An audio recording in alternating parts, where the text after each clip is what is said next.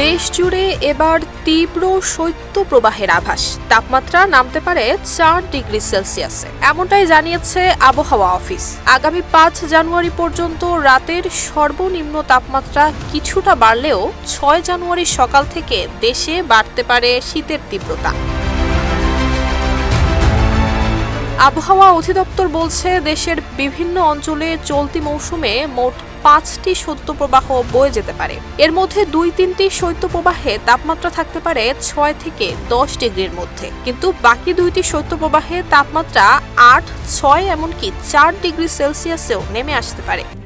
RICL TMX, যুগের পর যুগ স্থাপনা থাকে মজবুত। এরই মধ্যে যশোরে টানা দ্বিতীয় দিনের মতো দেশের সর্বনিম্ন তাপমাত্রা রেকর্ড করা হয়েছে। 2 ডিসেম্বর জেলার সর্বনিম্ন তাপমাত্রা ছিল 7.8 ডিগ্রি সেলসিয়াস।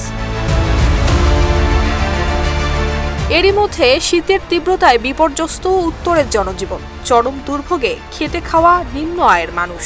উত্তর এবং দক্ষিণাঞ্চলের কিছু জেলার উপর থেকে যে শৈত্যপ্রবাহ বয়ে যাচ্ছে, কিছু জায়গা থেকে তা প্রশমিত হতে পারে বলেও বার্তা দিয়েছে আবহাওয়া অধিদপ্তর। নুসরাত জাহান মেহেক, ঢাকা পোস্ট।